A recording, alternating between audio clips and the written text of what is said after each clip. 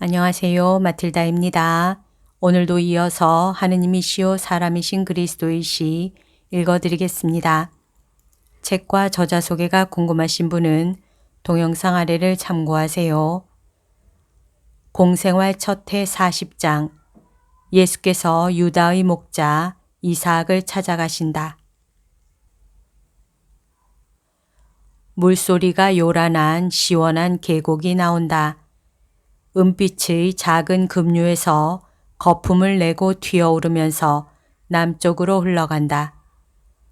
그 급류의 기분 좋은 서늘한 기운은 물가에 있는 작은 풀밭으로 솟아 올라가지만 그 축축한 기운은 비탈에까지 올라가는 것 같다.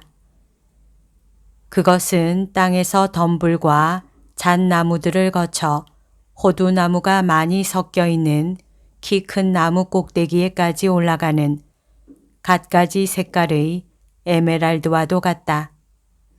진짜 삼림에는 가끔 기름진 파란 풀밭으로 된 편편한 빈터가 나오는데 그것은 가축대가 기운을 다시 차릴 만한 좋은 풀밭이다. 예수께서 제자들과 세 목자들과 함께 급류를 향하여 내려오신다. 뒤떨어진 양이나 길 잃은 어린 양을 뒤쫓아간 목자 중 하나를 기다려야 할 때는 참을성 있게 걸음을 멈추신다. 이제야말로 정확히 말해서 착한 목자이시다. 예수께서도 사방에서 불쑥불쑥 나타나 옷에 달라붙으려고 하는 가시덤불과 산사나무와 참의알이 줄기들을 헤치며 가시려고 긴 나뭇가지를 들고 계신다. 그래서 그분의 목자다운 모습이 한층 더 어울린다. 보세요. 유다는 저 위에 있습니다. 급류를 지나가야 합니다. 여름에는 다리까지 가지 않고 건너갈 수 있는 얕은 곳이 있습니다. 헤브론으로 해서 왔으면 더 가까웠을 텐데 선생님은 그리로 해서 오는 것을 원치 않으셨지요. 아니요. 헤브론에는 나중에 갑니다. 언제나 우선 고통받는 사람들에게 가야 합니다. 죽은 사람들은 그들이 의인이었으면 이제는 고통을 당하지 않습니다. 그런데 사무엘은 의인이었습니다. 그리고 기도가 필요한 죽은 사람들에게는 그들의 해골 곁에 가야만 그들을 위하여 기도를 해줄 수 있는 것은 아닙니다. 해골은 무엇입니까? 사람을 먼지에서 끌어내신 하느님 능력의 증거 외에 아무것도 아닙니다. 짐승도 해골이 있어요. 어떤 짐승이라도 사람의 것보다는 덜 완전하지만 해골을 가지고 있습니다. 피조물의 왕인 사람만이 그의 신민들을 지배하는 왕과 같은 직립 자세를 가지고 있고 목을 꼬지 않고도 앞과 위를 바라볼 수 있는 얼굴을 가지고 있어요. 아버지의 집이 있는 저 위를 말이지요. 그러나 해골은 역시 해골입니다. 다시 먼지가 된 먼지. 그런데 영원히 인자하신 분이 복된 사람들에게 한층 더 생생한 기쁨을 주시기 위하여 영원한 날에 그 먼지를 재생시키기로 결정하셨습니다. 이것을 생각하시오.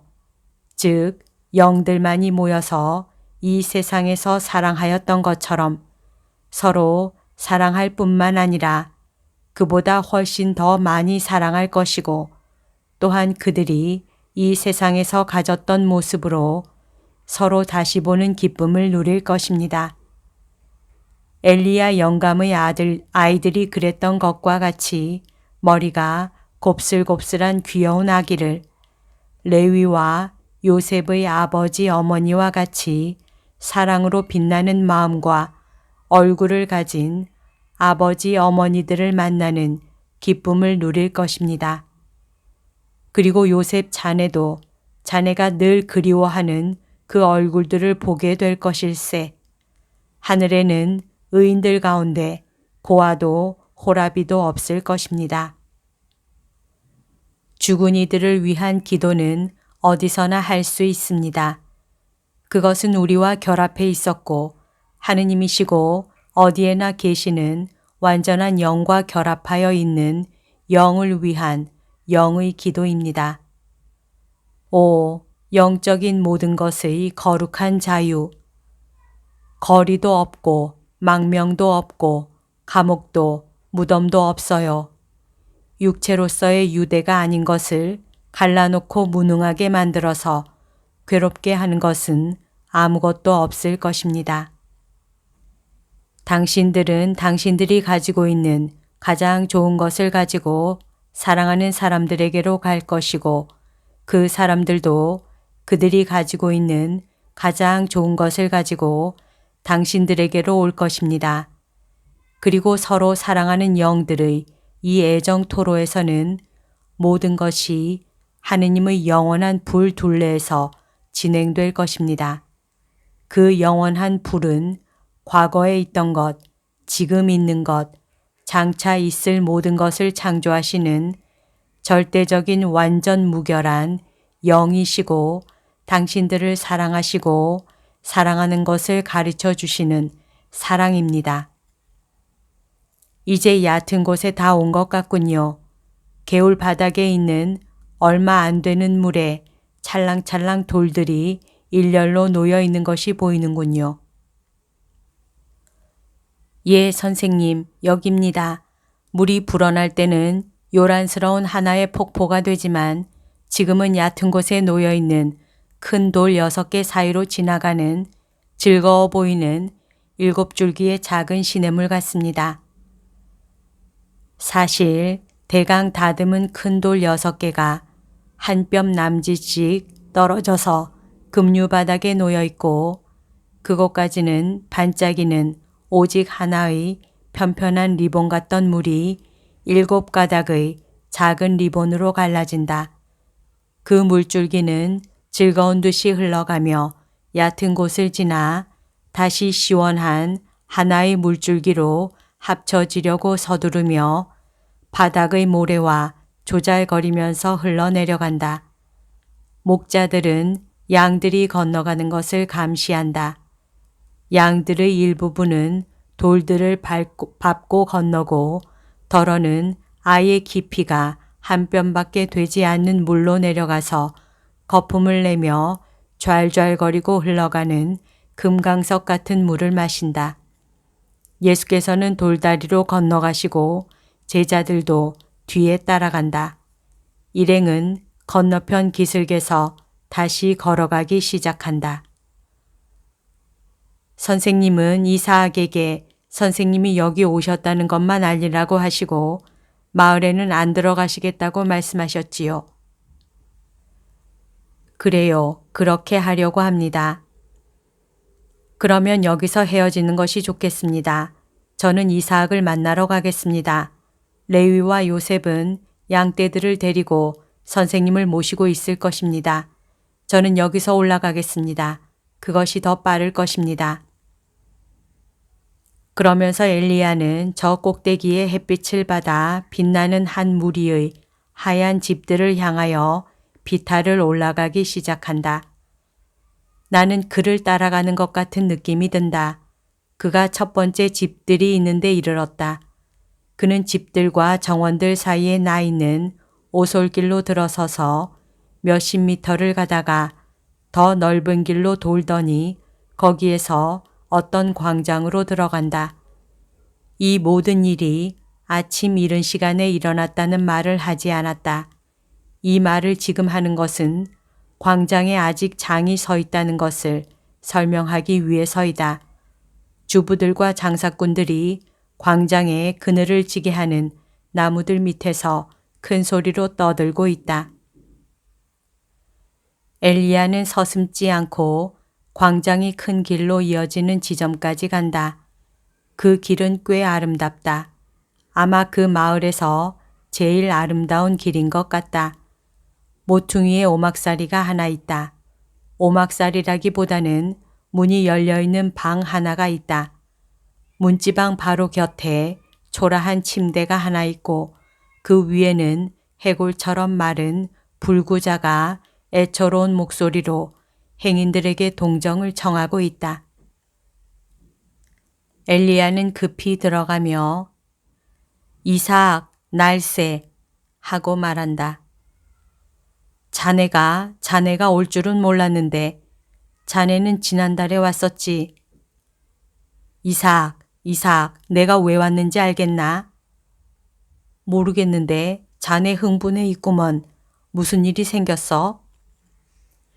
나자렛의 예수님을 보았네. 이제는 어른이 되셨어. 선생님이야.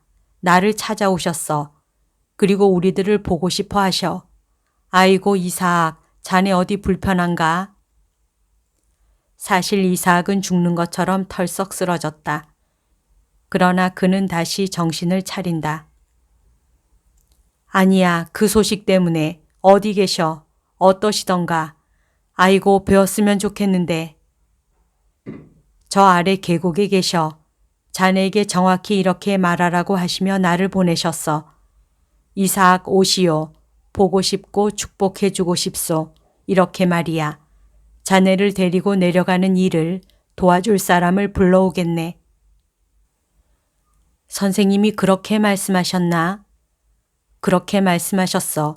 아니 그런데 자네 뭐 하는 건가? 그리 갈 거야. 이삭은 담요들을 밀어 젖히고 꼼짝 못하는 다리를 움직이고 침대 밖으로 내놓더니 방바닥에 올려놓는다.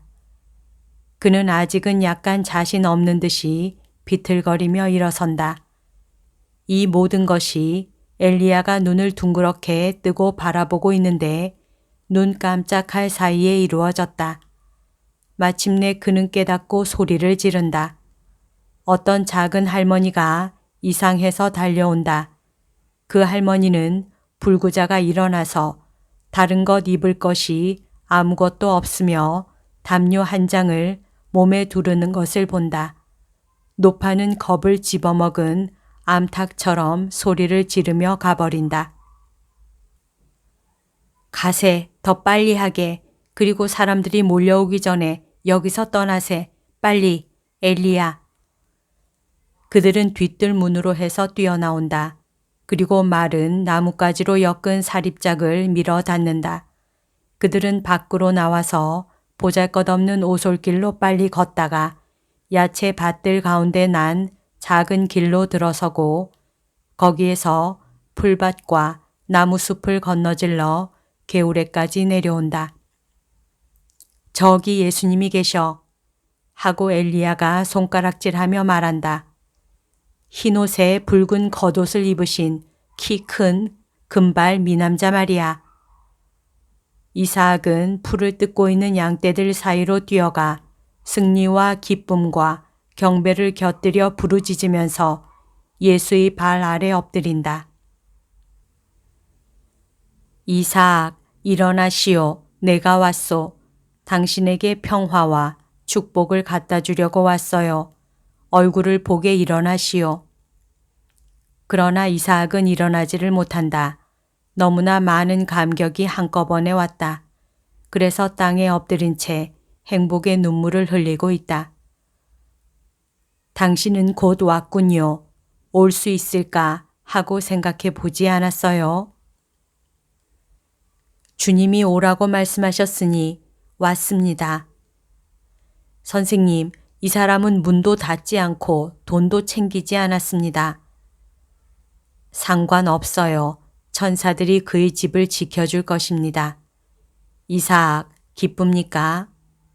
아이고 주님. 선생이라고 부르시오. 예, 주님 선생님. 병이 낫지 않았더라도 선생님을 보는 것이 무척 기뻤을 것입니다.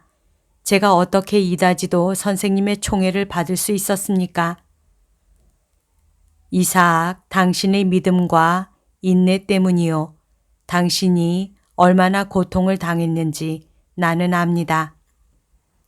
그건 아무것도 아닙니다. 이젠 아무것도 아닙니다. 살아계신 선생님을 만났으니 선생님이 여기 와 계시니 그것이면 그만입니다. 나머지는 모두 지나간 일입니다. 그렇지만 주님, 선생님, 이제는 안 가시지요? 이삭, 나는 온 이스라엘에 기쁜 소식을 전해야 해요. 그래서 떠납니다. 그러나 내가 여기 남아 있을 수는 없지만 당신은 나에게 봉사하고 나를 따를 수 있어요. 이삭, 내 제자가 되고 싶소? 오, 그렇지만 저는 자격이 없습니다. 당신은 내가 누구라는 것을 사람들 앞에서 말할 수 있겠소? 업신여기고 위협하는데 공공연하게 말할 수 있겠어요? 그리고 내가 당신을 불렀고 그래서 당신이 왔다고 말할 수 있겠소? 그렇게 하는 것을 선생님이 원치 않으시더라도 그 말을 모두 하겠습니다. 그 일이라면 선생님의 말씀을 어기기라도 하겠습니다. 이렇게 말하는 걸 용서하십시오. 예수께서는 빙그레 웃으신다. 그것으로 당신이 제자가 될 자격이 있다는 것을 알 수 있소. 아이고, 그렇게만 하는 일이라면야. 저는 더 어려운 줄 알았습니다. 저는 선생님 중에 선생님이신 선생님을 섬기기 위해서는 선생님의 학교에 다녀야 하는 줄로, 이렇게 나이 많은 제가 학교에 다녀야 되는 줄로 생각했습니다. 사실 그 사람은 적어도 50살은 되었다. 이삭, 당신은 벌써 학교에 다녔소. 제가요? 안 다녔습니다. 아니요, 당신이 다녔어요. 당신은 계속해서 하느님을 사랑하고 공경하고 찬미하지 않았소. 이웃을 사랑하고 존경하고 이웃에게 축복하지 않았소. 그리고 셈을 내지 않고 남의 것을 탐내지 않고 당신이 가졌다가 이제는 가지지 못하게 된 것까지도 욕심내지 않기를 계속하지 않았소. 그렇게 해서 당신에게 해가 되는 때에도 오직 진실만을 말하고 죄를 범함으로써 사탄과 야합하지 않기를 계속하지 않았소. 불행만을 겪은 지난 30년 동안 이 모든 것을 하지 않았소. 그렇게 했습니다, 선생님. 자, 봐요. 그러니까 벌써 학교에 다닌 거요. 계속 그렇게 하시오. 그리고 내가 세상에 와 있다는 것을 알리는 일을 거기에 덧붙이시오. 그 이상 다른 일할 것이 없소. 주 예수님, 저는 벌써 주님을 전했습니다.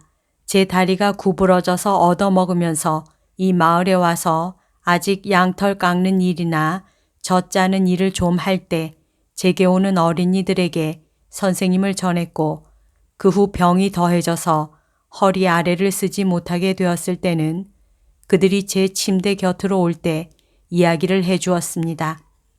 저는 그때의 어린이들에게 선생님 말씀을 했고, 지금은 그때 어린이들의 아들들인 어린이들에게 말을 합니다. 어린이들은 착하고 언제나 믿습니다. 선생님이 나신 때 이야기를 했고, 천사들과 별과 동방박사들, 그리고 선생님의 어머니에 대해서 말해 주었습니다. 아이고, 선생님, 어머님이 살아계시지요. 살아계시고 안부를 전하라고 하셨소. 어머니는 당신들 이야기를 하셨어요. 아이고, 어머님을 뵈었으면 보게 될 거요. 언젠가 내 집에 오시오. 어머니 마리아가 어서 오세요 하고 인사할 거요. 마리아, 그렇습니다. 그분의 이름은 제 입에 꿀과 같이 답니다. 유다의 한 여인이 있습니다. 예, 이제는 여인이지요. 넷째 아이를 낳은 지 얼마 안 됩니다. 전에는 계집아이였고 제 친한 여자친구 중 하나였습니다. 그 여자는 아이들에게 첫째와 둘째에는 마리아와 요셉이라는 이름을 붙였고, 셋째 아이는 감히 예수라는 이름을 붙이지는 못하고 그 여자와 그 집과 이스라엘의 축복받은 이름이 되는 임마누엘이라는 이름을 붙였습니다. 그리고 엿새 전에 난 넷째 아이에게 무슨 이름을 붙여줄까 하고 궁리하고 있습니다. 아이고, 그 여자가 내 병이 고쳐졌다는 것을 알게 되면, 또 선생님이 여기 와 계시다는 것을 알게 되면 얼마나 기뻐할까요? 그 여자 사라는 그지없이 친절하고 남편 요아킴도 친절합니다. 그리고 그들의 부모는 또 어떻고요? 그분들 덕택에 제가 지금 살고 있습니다. 그분들이 저를 거두어주고 도와주었습니다.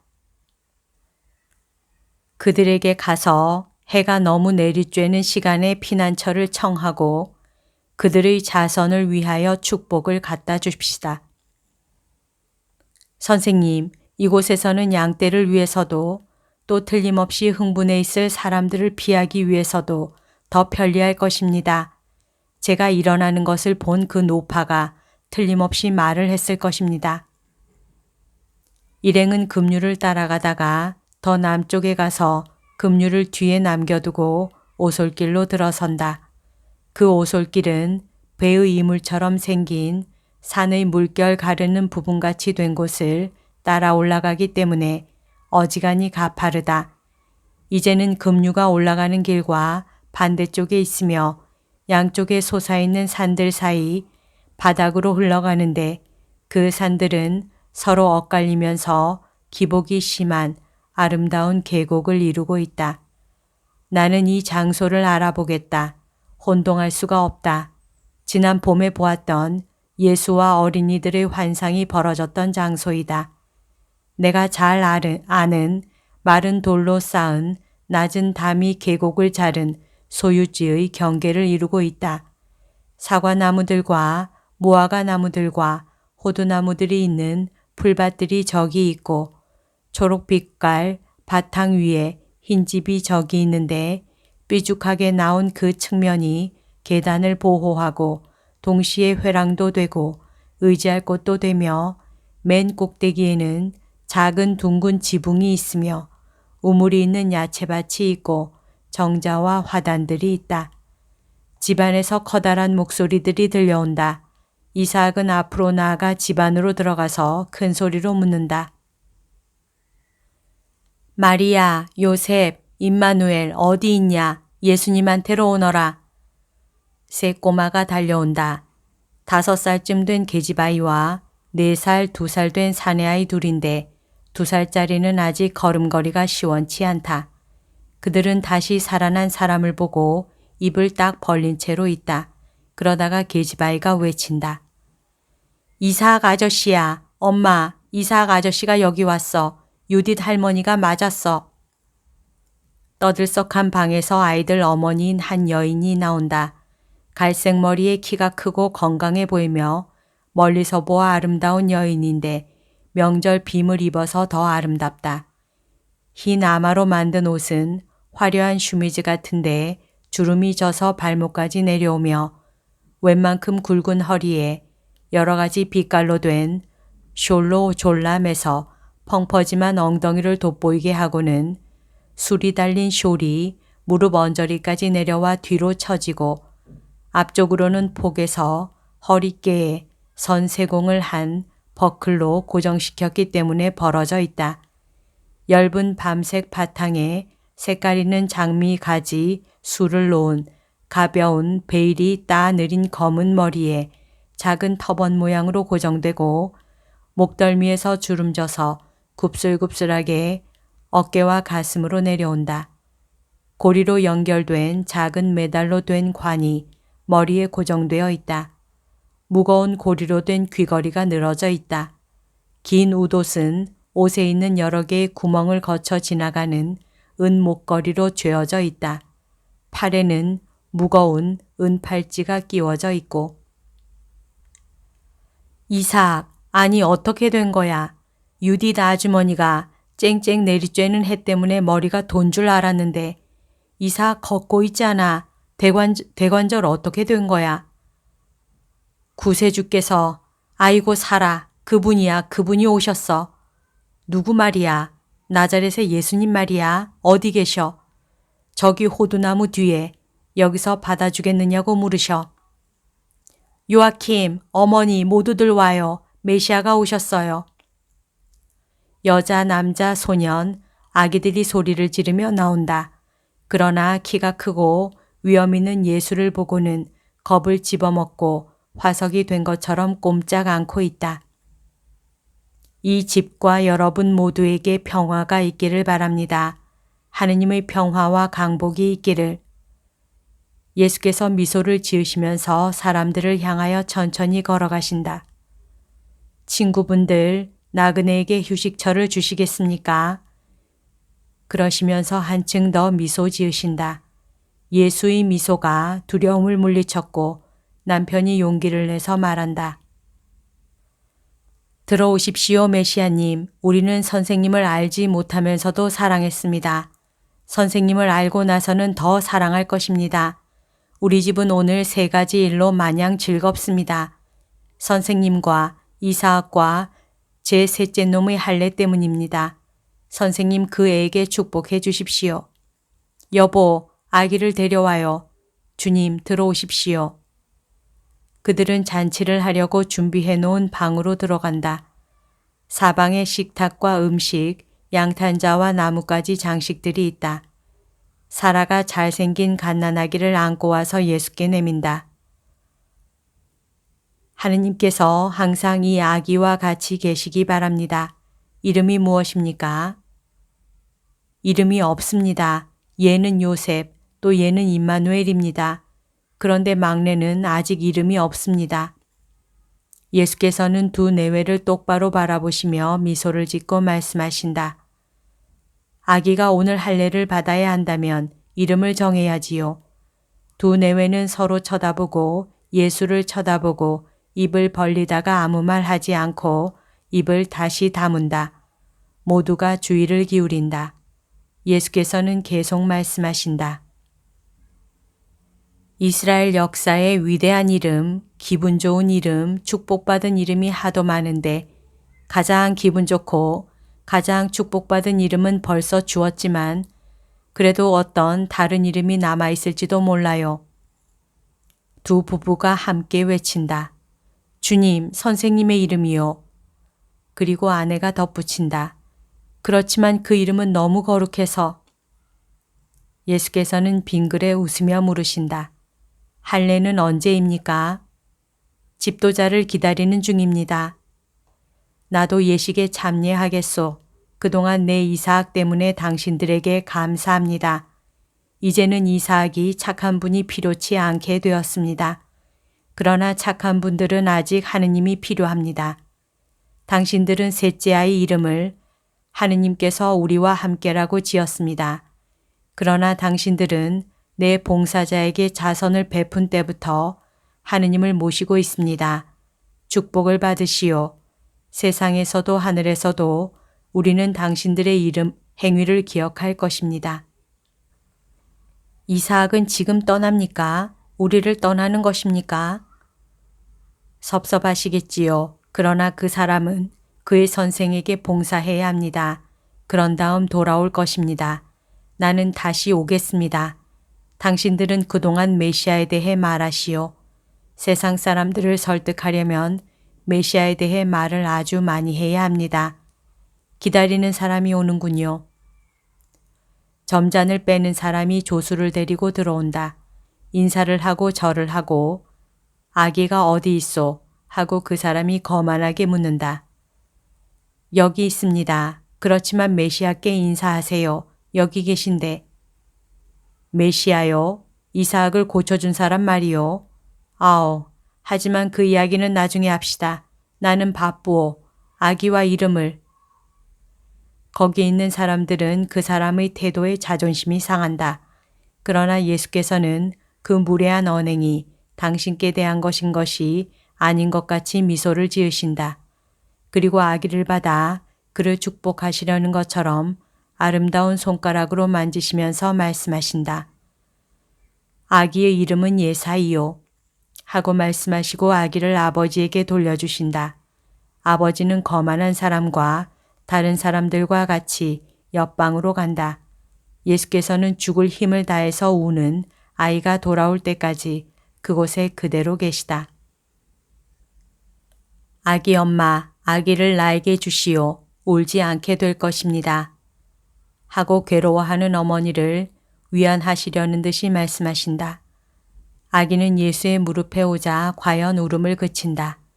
예수 둘레에는 모든 어린이들이 빙 둘러앉고 그 다음에는 목자들과 제자들이 둘러앉아 한때를 이루었다.